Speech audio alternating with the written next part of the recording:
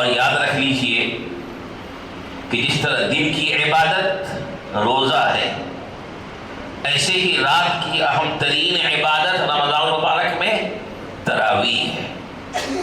اس موقع میں بہت سی باتیں آپ کے پاس آئیں گی، اور انسان کی طبیعت میں جس چیز میں آسانی ہو تو طبیعت ادھر مائل ہوتی ہے، جس چیز میں انسان کو آسانی ہو طبیعت کا میلان ادھر ہوتا ہے۔ تو اس موقع میں بہت سے لوگ کہتے ہیں بھائی تراویح 8 پڑھنی ہے کہ 20 پڑھنی ہے؟ نبی صلی اللہ علیہ وسلم اور صحابہ کے مطابق پڑھنی ہے تو 20 پڑھنی ہے۔ کیوں؟ اس لیے کہ نبی اکرم صلی اللہ علیہ وسلم 20 پڑھا کرتے تھے۔ حضرت عبداللہ ابن عباس رضی اللہ تعالیٰ عنہ کی روایت ہے، وہ فرماتے ہیں کہ نبی اکرم صلی اللہ علیہ وسلم رمضان المبارک میں بغیر جماعت کے 20 رکعتیں پڑھا کرتے تھے،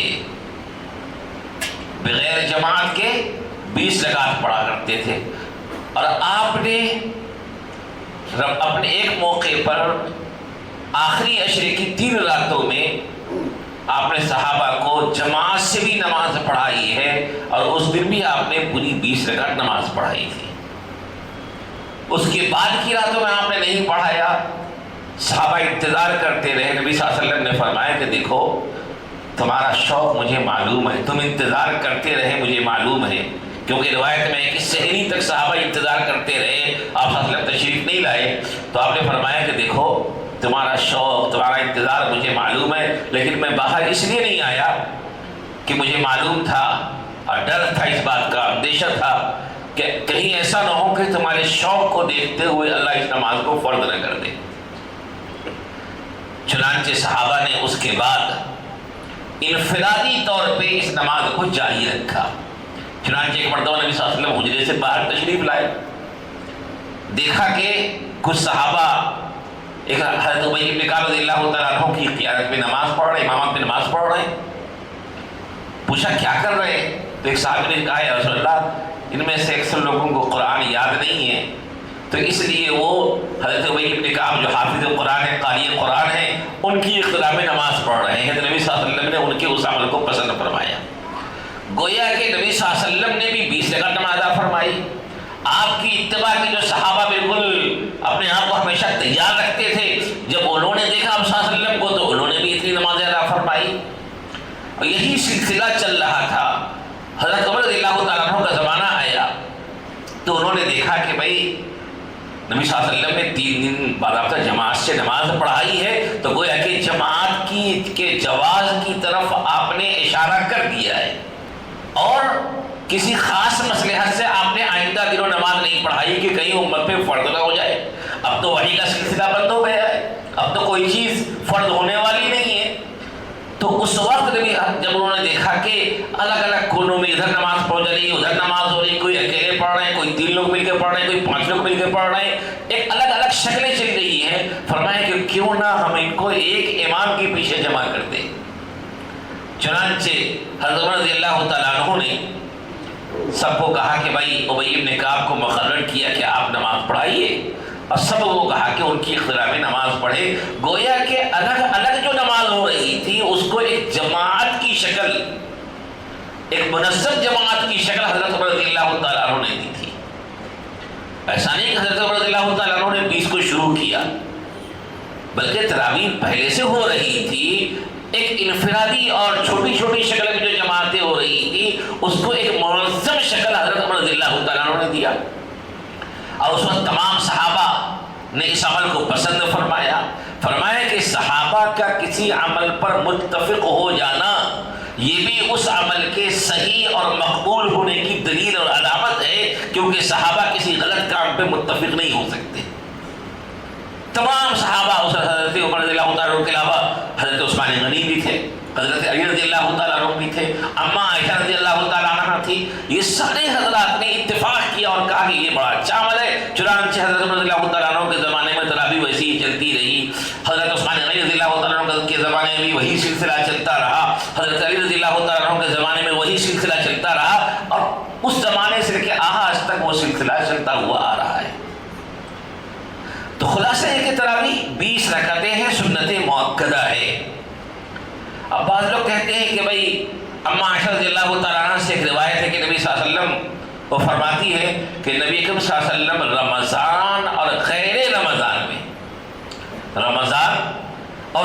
رمضان میں 11 رکعتوں سے زیادہ نہیں پڑھتے تھے، یعنی 8 اور 3 وتر، جملہ 11. تو اس سے کہتے ہیں کہ بھئی 8 رکعت تراویح ہے.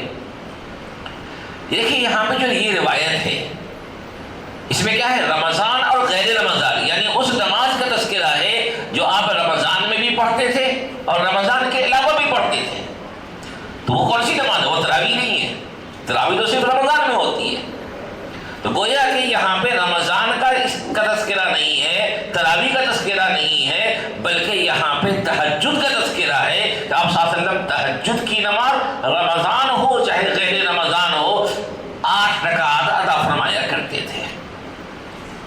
اچھا، اما عائشہ رضی اللہ تعالیٰ عنہ کا حجرہ کہاں ہے؟ مسجد نبی کے بالکل بازو.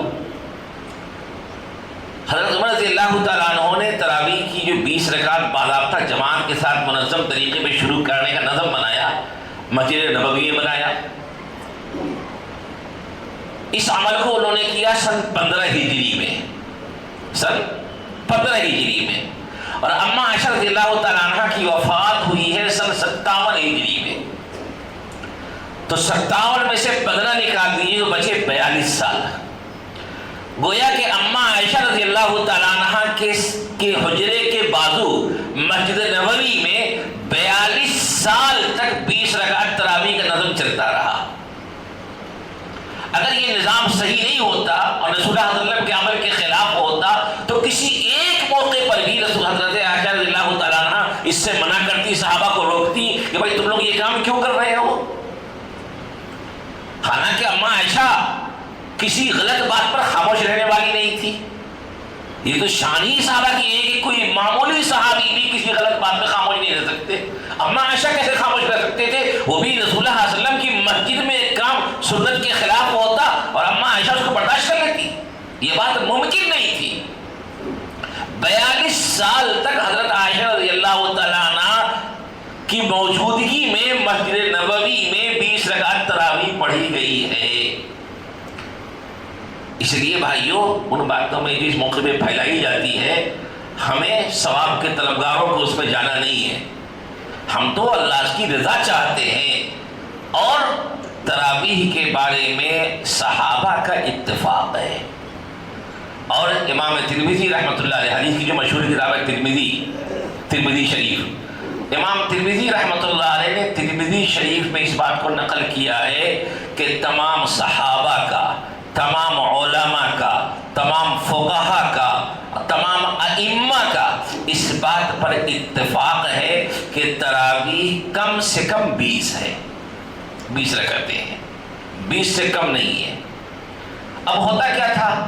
مکے کے لوگوں کا معمول تھا کہ 20 رکعت تراویح اس طرح پڑھتے تھے کہ 4 رکعت ہوتی تھی، اس کے بعد جب وقفہ ہوتا تھا تراویح کا تو اس میں وہ طواف کرتے تھے.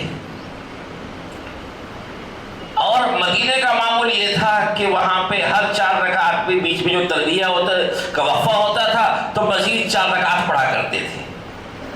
تو اس طریقے سے ان کے پاس نماز 40 ہو جایا کرتی تھی. اور مکے میں 40، 20 کے ساتھ ساتھ طواف تو 5 طواف ہوا کرتا تھا. طواف کے 5 مرتبہ طواف کیا کرتے تھے. اس طریقے سے ان کی راتیں گزرا کرتی تھی. اور آج ہم الجھے ہوئے ہیں 20 ہے کہ 8 ہے، 20 ہے کہ 8 ہے.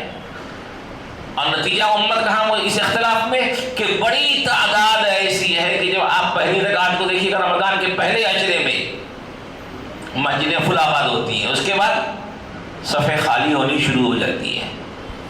صفیں خالی ہوتے ہوتے ہوتے ہوتے چند صفیں بچ جاتی ہیں، بقیہ لوگ تراویح سے غافل ہو جاتے ہیں. یاد رکھیے تراویح 20 رکعات رمضان کی ہر رات میں سنت مؤکدہ ہے.